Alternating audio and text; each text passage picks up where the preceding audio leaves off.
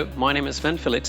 I'm a senior geoscientist at ELIS, and in this tutorial entitled PaleoScan Project Size Optimization, I'm going to show both users and data managers how to optimize the size of their PaleoScan project. So here is the content of this tutorial. In the first part, I'm going to remind you what is the project size evolution of a typical PaleoScan workflow.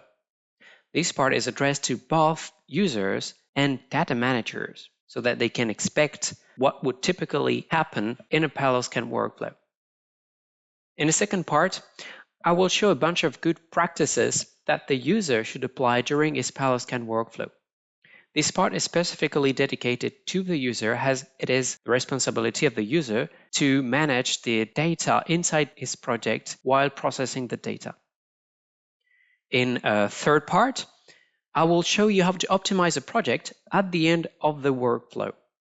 This part is relevant for both the users and the data managers because it will help identifying in the project browser what items are likely to be removable because not essential to the project and not participating to the main outputs and the main deliverables. And eventually, in the fourth part, I will specifically address to the data managers as they will be able to perform a series of actions to directly delete some items, some files of a PaleoScan project outside of PaleoScan, so directly from the Windows Explorer. So let's go for the theory. So in this first part, I will show a few slides, and then we're going to move directly into PaleoScan for the other parts. So in the PaleoScan workflow, all things typically start with the import of a volume, although you can import a series of other items such as reference horizons, for example. So the first thing to know is that a volume in PaleoScan would be a simple type of format. It's going to be a 3D matrix, basically. So unlike some other formats, it is not a brick format, so it is not compressed. So this is why it tends to hold a big size of data on your project quite quickly.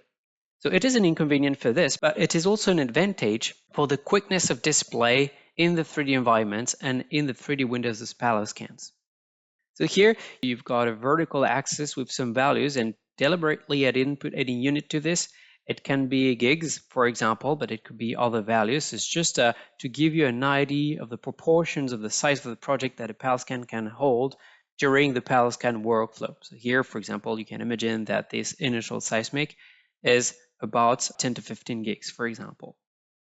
Then in the second part, the user will tend to apply some conditioning to this data. For example, in order to apply some structural conditioning to interpret the faults, or for example, to decimate the data or to smooth the data to enhance the automatic propagation of the reflectors in the model grid.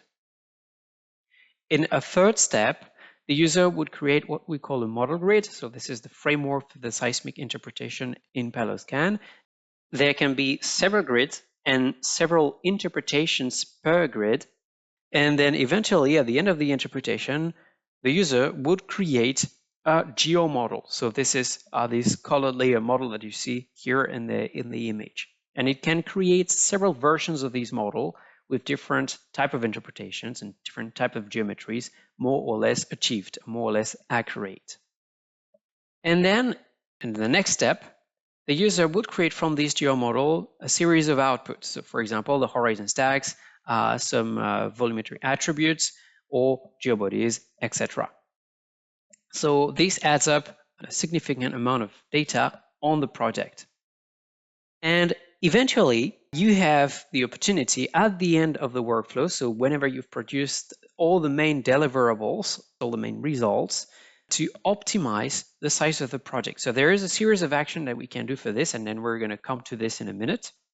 But here at this point, let's compare these two colored curves that you have all along the workflow. So the blue curve would be the curve where the user followed the good practices all along the workflow, and a red curve would typically be the curve for a user that wouldn't pay attention while going through the workflow, like creating lots of outputs, not trying to reduce their size at any point, and at the end of the project would not even try to optimize the project, for example, by deleting some unused intermediary items. So as a result, you could have up to like 70% of difference, for example, in these two projects. And up there is potentially the face of the data manager when he is just checking on the size of the project. While if good practices are applied, then you could just remain with a decent size of the project, and there everybody would be happy, of course. So let's see in the next step in PaleoScan, at every step of the workflow, how to apply these good practices and what they are. Before starting with our second point, so learning about the good practices during the PaleoScan workflow, let me remind you a few basics relative to the topic we're covering today. First, it is important to keep track about the relationship between the different items that are going to be created inside a PaleoScan project. So if you're looking at this database here on the left, so which is held in the project browser, it will be important, for example, to keep track of what an item is derived from through the name you're going to give to it. For example, if I follow the typical workflow of PaleoScan, I would use a seismic, for example, this one, to create a grid in order to perform a stratigraphic interpretation. So if I'm using this volume to create the grid, then automatically, for this case, the name of the seismic would appear in the title of the grid. So for example, here. Then, when I'm going to create my different types of interpretation, when I'll move forward into the exercise of the interpretation, I'll try to assign a relevant name to each of my interpretations. Here, for example, it's the date of the day. Then, from an interpretation, I will derive a geomodel. So I'll try to keep track of this interpretation by making the name of the interpretation appear on my geomodel. So if I return to the volume tab here, if I look at my latest model, I will see that it keeps track of the name of the grid, so I know where it comes from. And the same can be done for the other types of items. So that's the first point. Then, as I was saying, in PaleoScan, the volumes are considered as basic matrix volume, if you want. So they will hold 3 dimensions for the 3 inline, cross-line, and time-slice directions. So by default, all the directions of a volume are not created. By default, PaleoScan only holds the inline.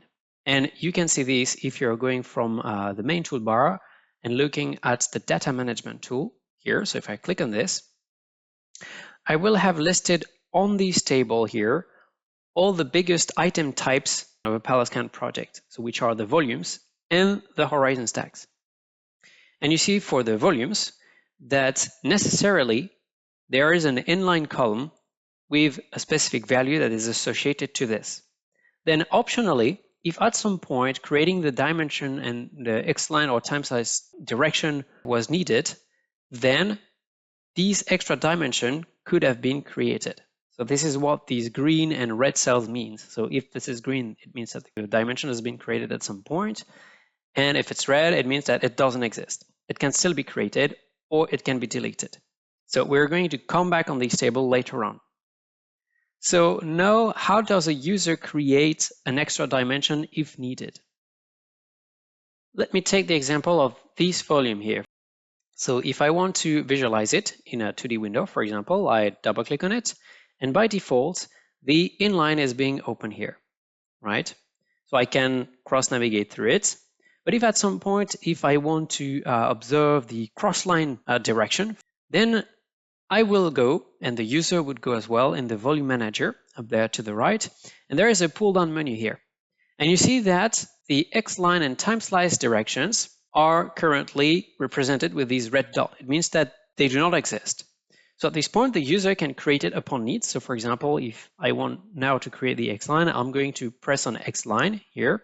PaleoScan would indicate me the cost and size of these extra dimension, and I click yes, and the dimension is going to be created, as you see now.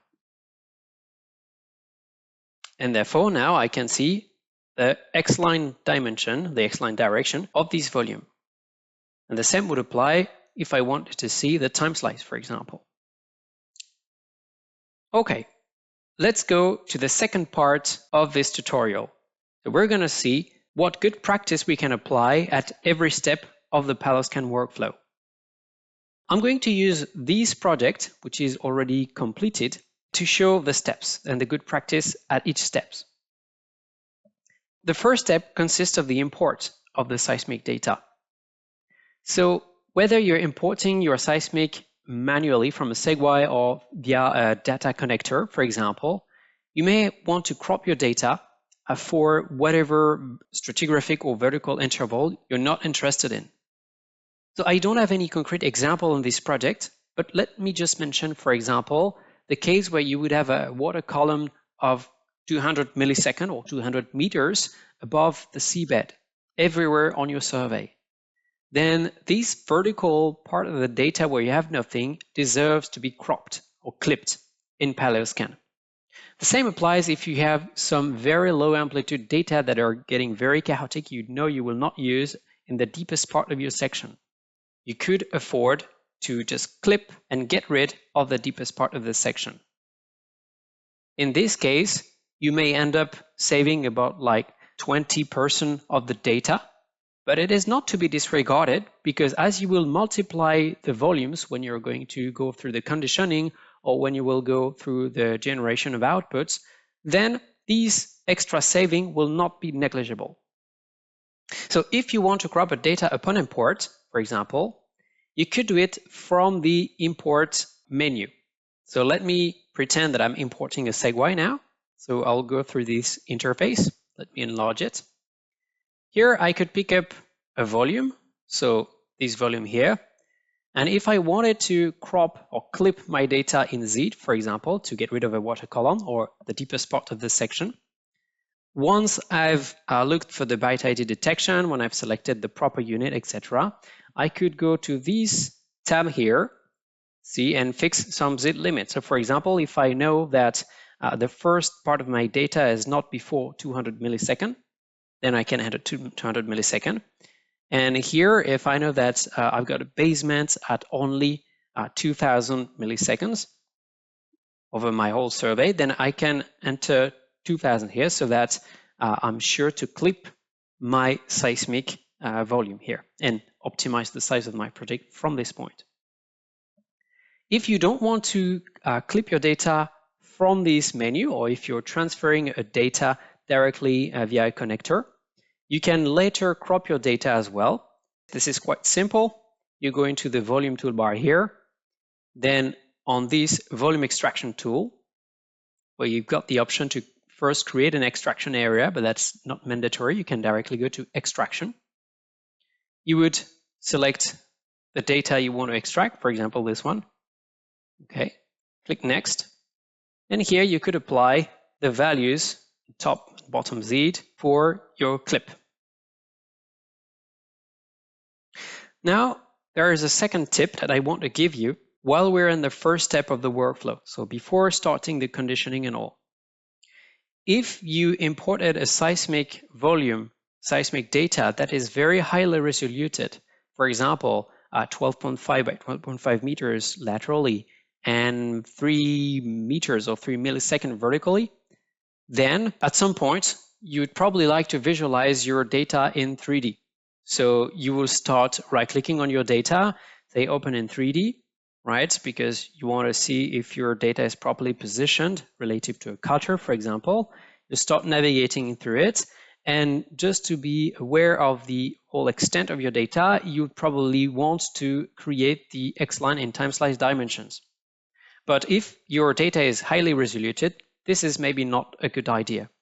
What you could do instead would be to decimate this data laterally and vertically in order to make it very, very much smaller if it's just for a visualization purpose.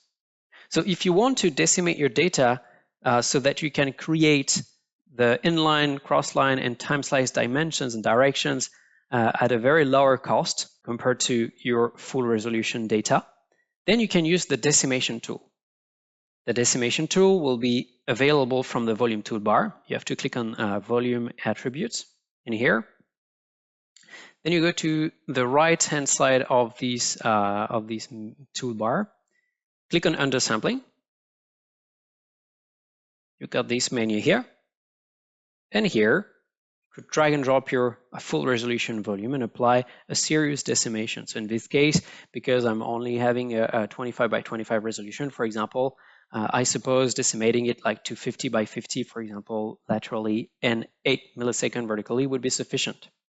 And while doing this, you see the new size that this data is about to end up with. So, sorry, the vertical sampling here of the vertical decimation should not be 8, it should be 2 to go from 4 milliseconds to 8 milliseconds. Okay, and so from this point, you see the final expected size of your volume for one given dimension, so from the inline. So you notice that here, we've divided by 8 the initial size of the seismic volume. So of course, this division can be much higher if your initial resolution was much higher as well. So here, for example, I've created this type of data here. So see, I've got a seismic with a lateral resolution of 50 by 50, 8 milliseconds, and I name it small for visualization. So if I'm opening this one, it's going to be perfectly suitable to visualize it. I can cross navigate through it. You see, I can also display it in the 3D viewer. So just doing this, here it is. It's perfectly fine for visualization. And I can also create the other dimensions. So in this case, I've already created them, so I can switch in them. And I see that the size of these data is quite small.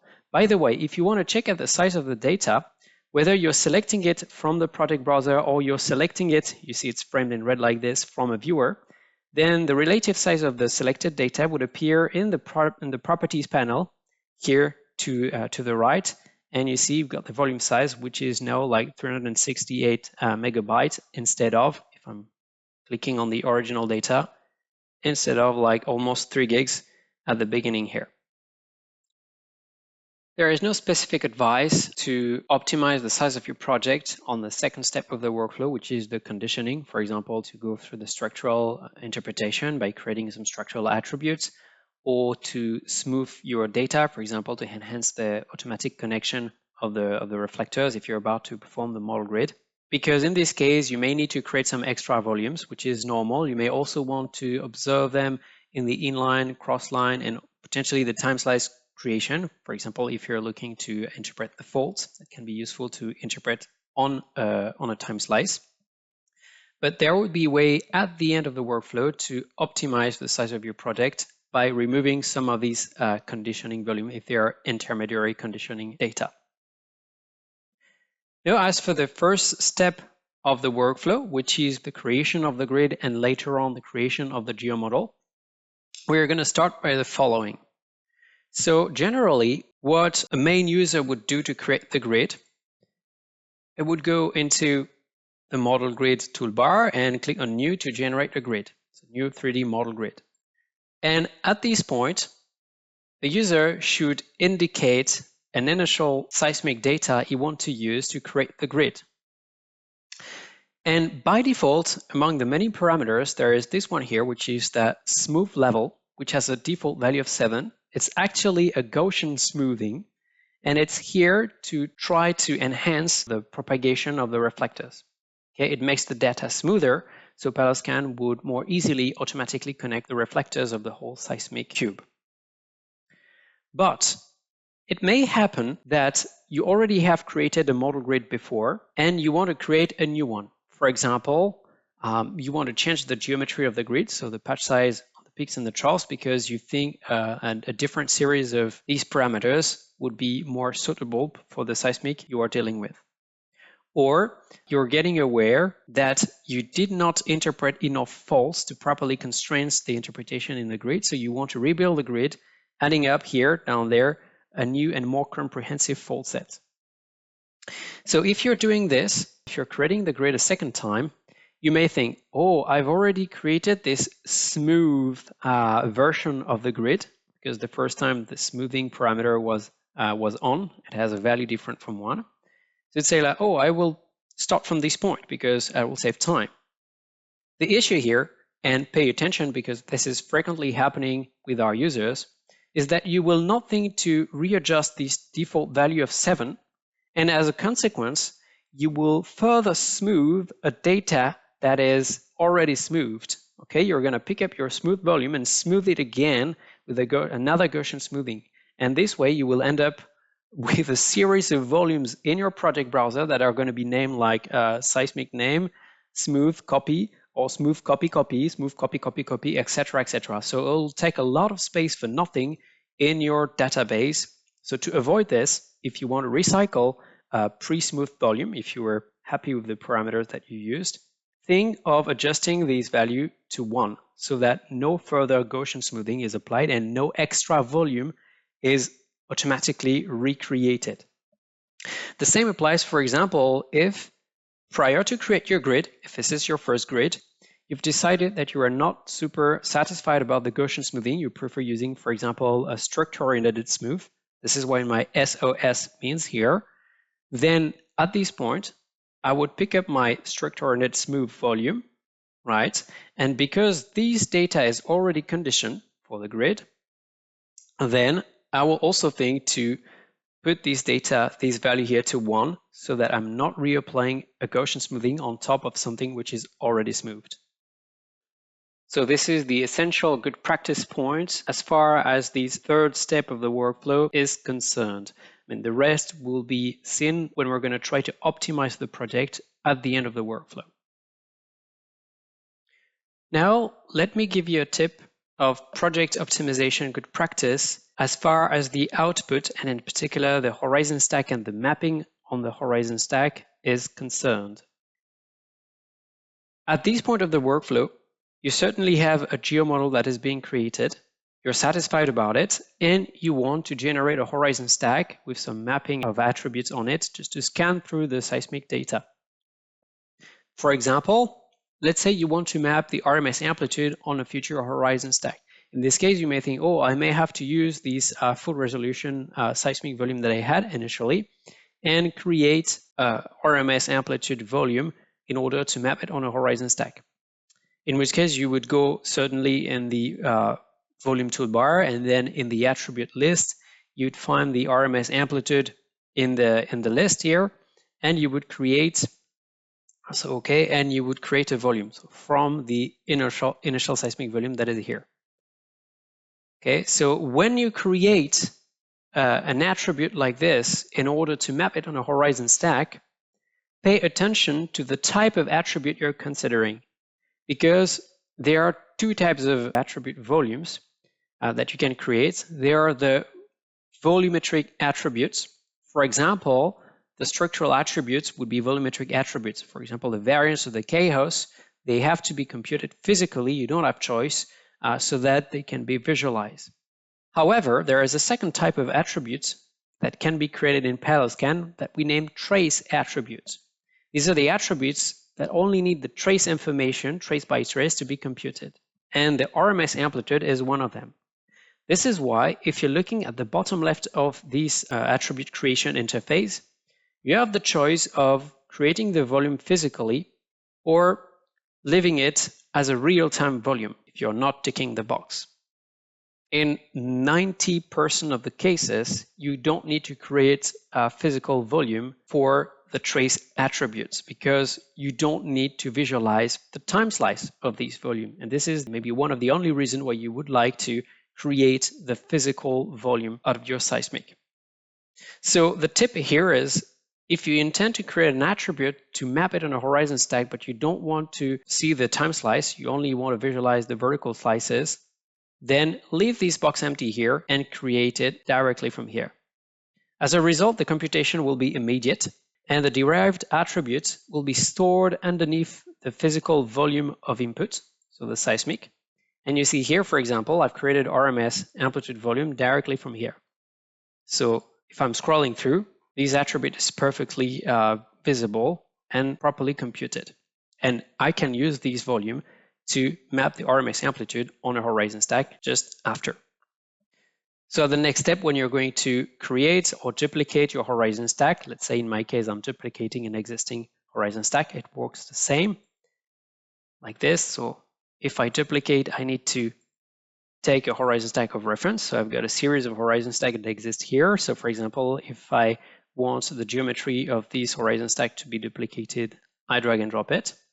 And here, in the volume I want to map, I just have to look, for example, if I want to map the RMS amplitude, look for my volume here and drag and drop it here. So that's the first method. Else, I can still at this point map the RMS amplitude directly on the fly.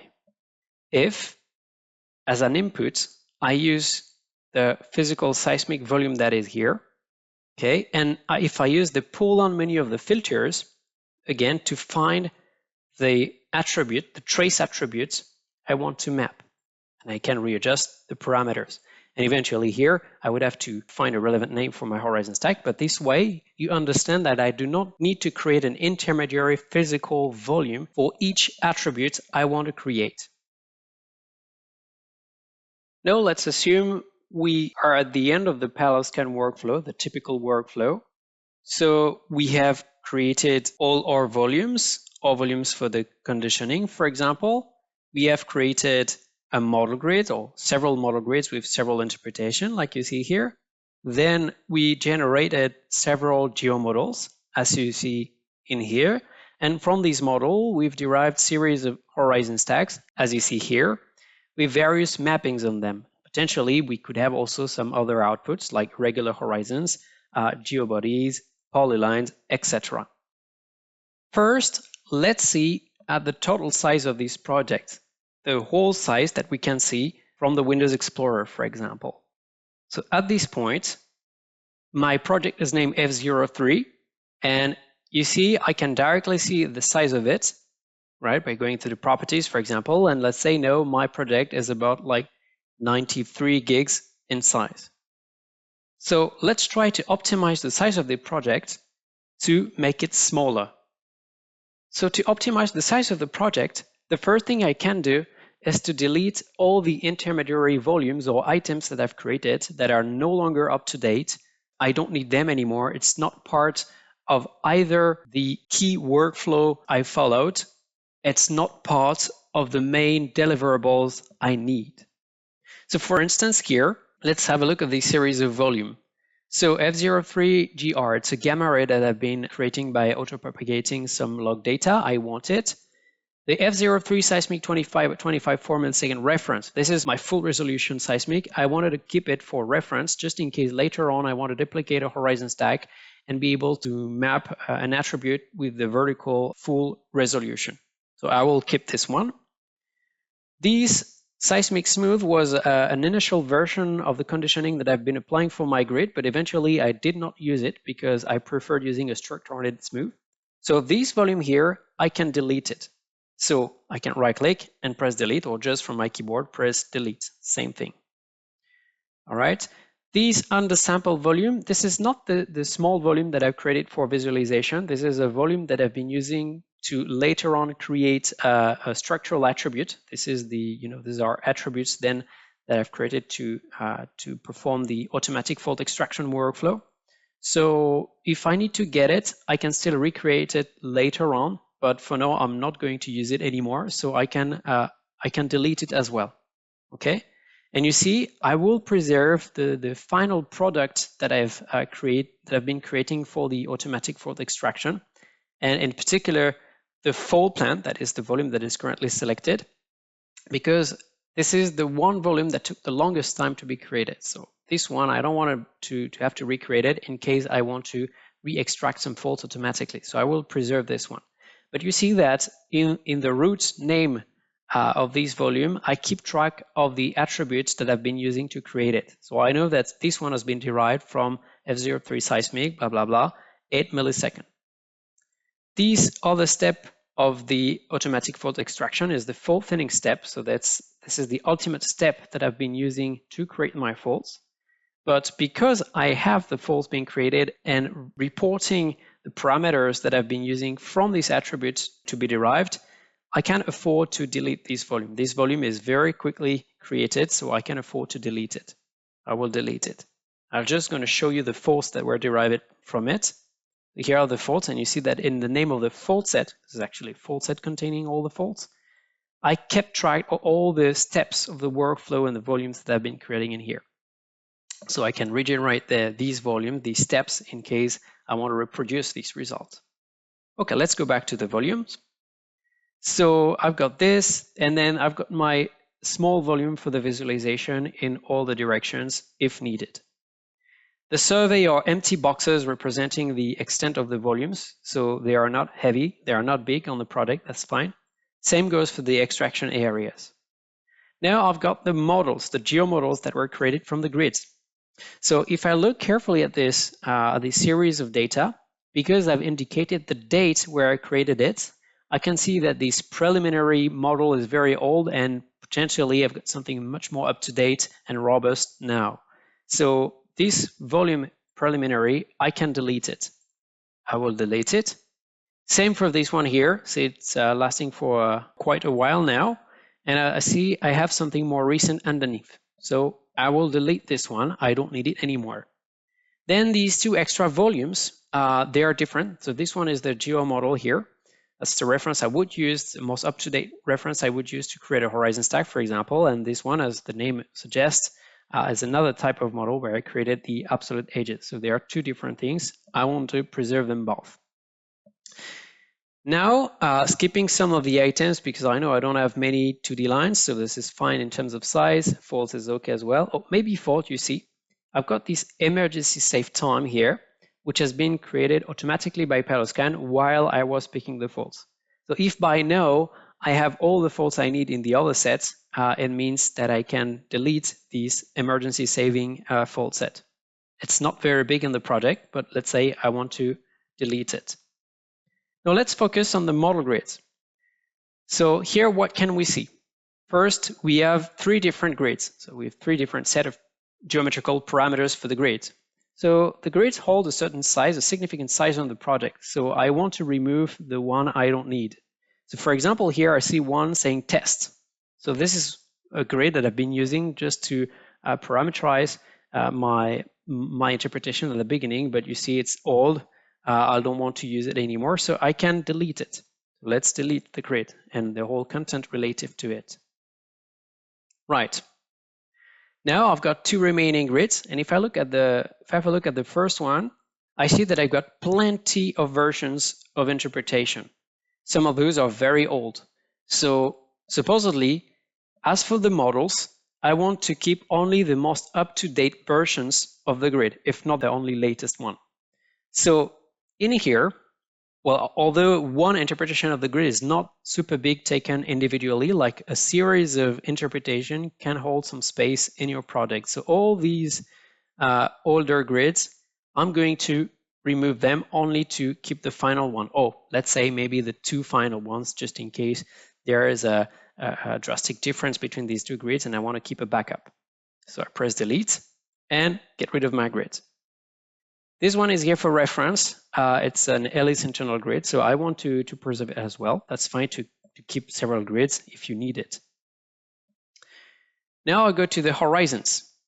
So let's see the series of horizon stack that I have. So you see I've got a series with some spectral decomposition morelets, different frequencies.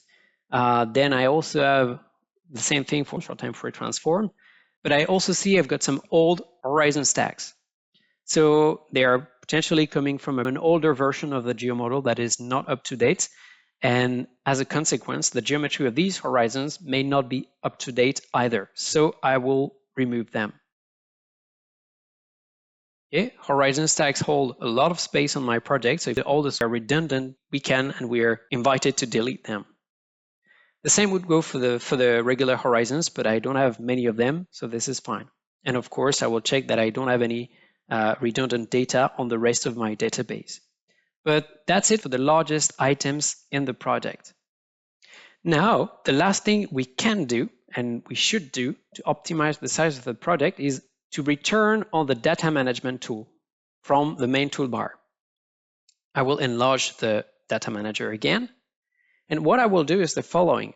I will try to delete all the unnecessary dimensions that I do not need anymore in order to navigate through the project if the project is considered as over with all the deliverables I need. So how do I do this? So for example, here you have these gamma ray volume that I have. Well, now I don't need to visualize the X line right now. I'm okay with this. So I'll just check it off. As for the seismic of reference, see these two extra dimensions, I will turn them off so that to reduce the size of the project. Okay, just to be clear, I'm not about to erase these volumes. I'm just deleting the extra dimensions, but I can recreate them at any time if needed. Same goes maybe for the seismic F condition for the grid, but maybe I would like to keep this X-line dimension in case I reopen the grid so that I can switch easily in the X-line. So I will leave this one turned on.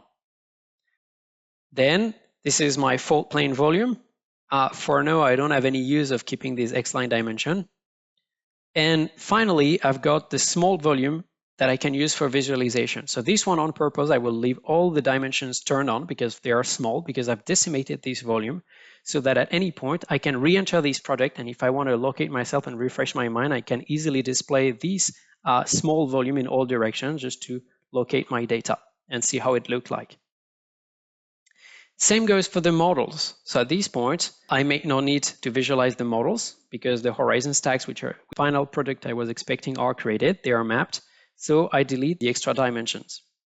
So this is it for the volume, but you see we can also turn off some cells for the horizon stacks to compress the horizon stacks. But if we're compressing these data for the horizon stack, we will not be able to visualize their mapping anymore. We will need to decompress them. So because the horizon stacks here are final products, I don't want to compress it at this point. Once all the cells that you wanted to turn off are off, then you can click on Run at the bottom of the interface here. And then you can close the interface. And now you would have gained some size on the project. A quick tip about the data manager, so I will reopen it just right now.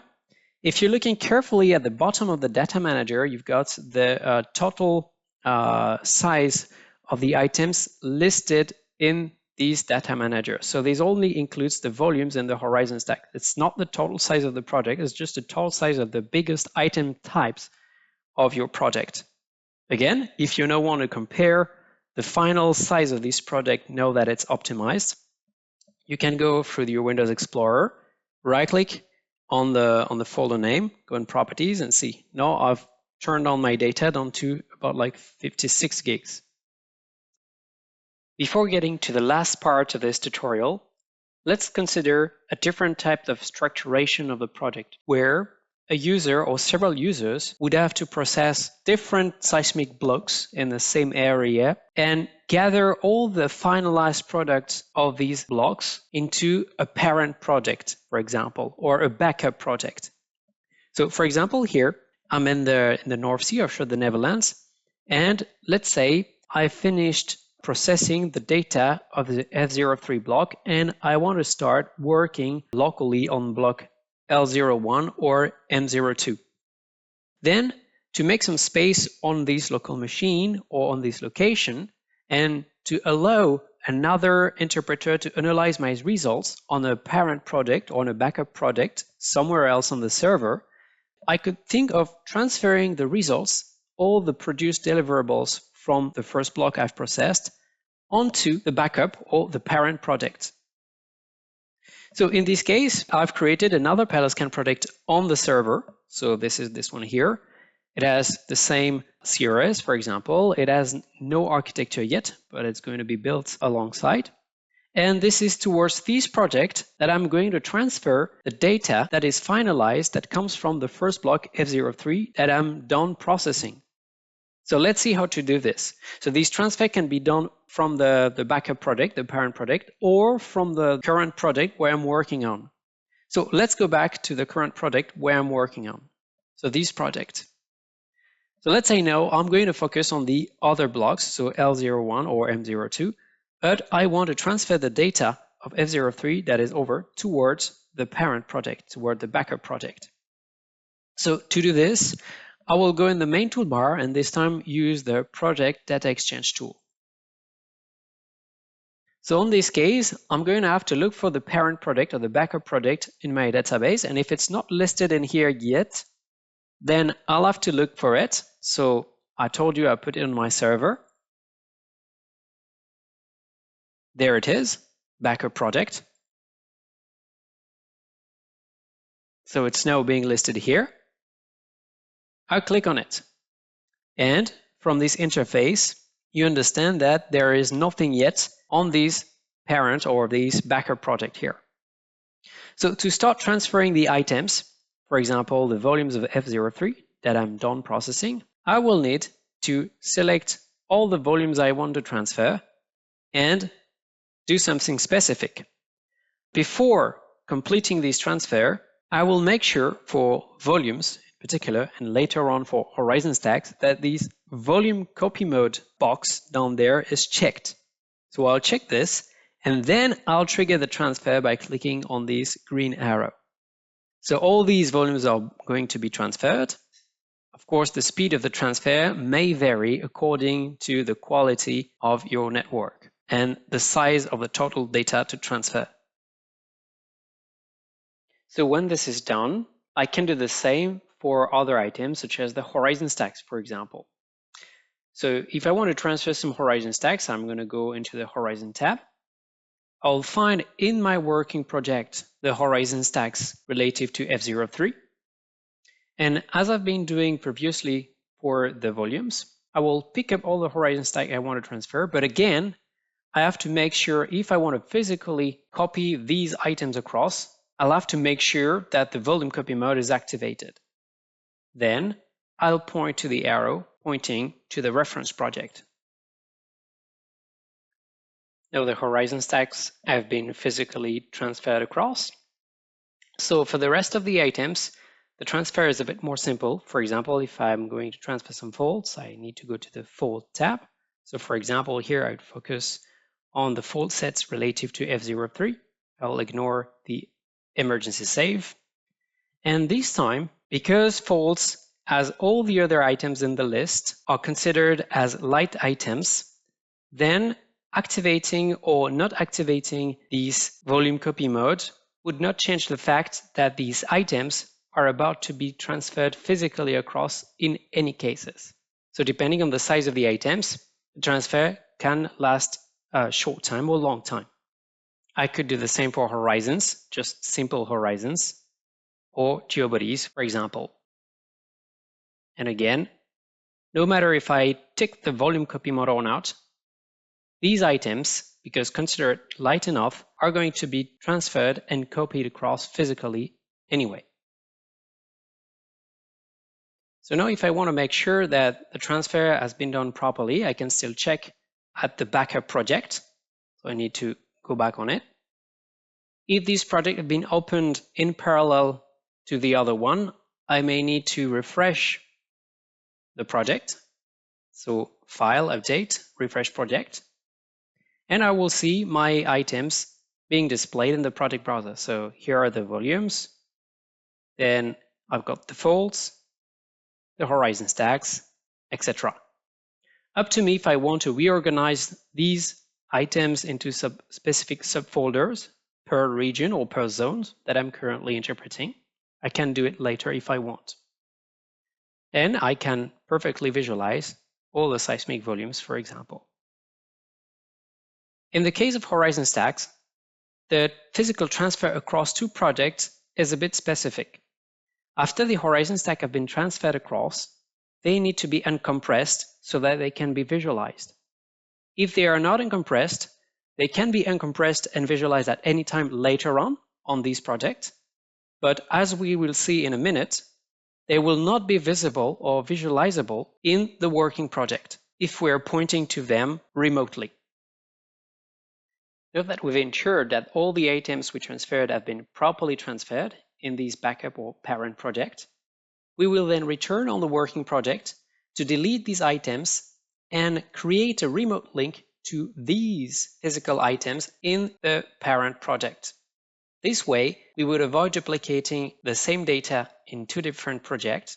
And if another geologist or interpreter or geophysicist needs to analyze these data, he or she will be able to do so from the parent or backup project, while the other blocks, the other areas, can be processed seamlessly in the working project. So now we're back in the working project, and we are going to delete all these physical volumes here to make some space and avoid keeping some duplicated volumes. So I'll press delete, I will do the same for the horizon stacks, for example, and potentially for all the other items that I've transferred across into the parent project. So now, to create some remote links on this working project from the parent project or the backup project, we will do as follows. So we will return on the project data exchange tool. We will point at the backup project where we can now visualize the data we physically transferred across. And we will select all the volumes, for example, all these attributes, but we could later do the same for the models, and transfer them to the working project. We're transferring them back, but this time we're not going to activate the volume copy mode, so we're just creating a remote link to these physical volumes on the backup project. So for this reason, the transfer is immediate, and you'll be able to recognize a tiny network symbol on each of these volumes.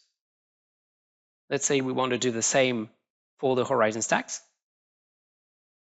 So again, I am willingly not activating the volume copy mode box and transferring.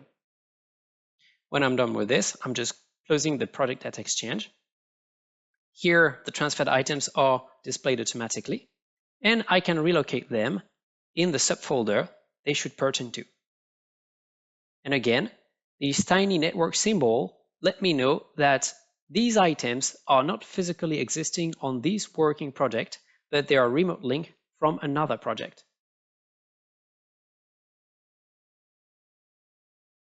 But again, if I need to read these volumes, I just need to double click on them and I'll be able to visualize them and navigate through them. As I was saying before concerning horizon stacks, if the horizon stack has been uncompressed in the parent project, in the backup project, then we will be able to visualize it. So that's the case for this one. Okay, I'm visualizing it. I can navigate through it. However, if the horizon stack has not been uncompressed on the parent project, then this typical message will appear letting you know that you need to uncompress the horizon stack from the parent or the backup project before being able to display it on the working project.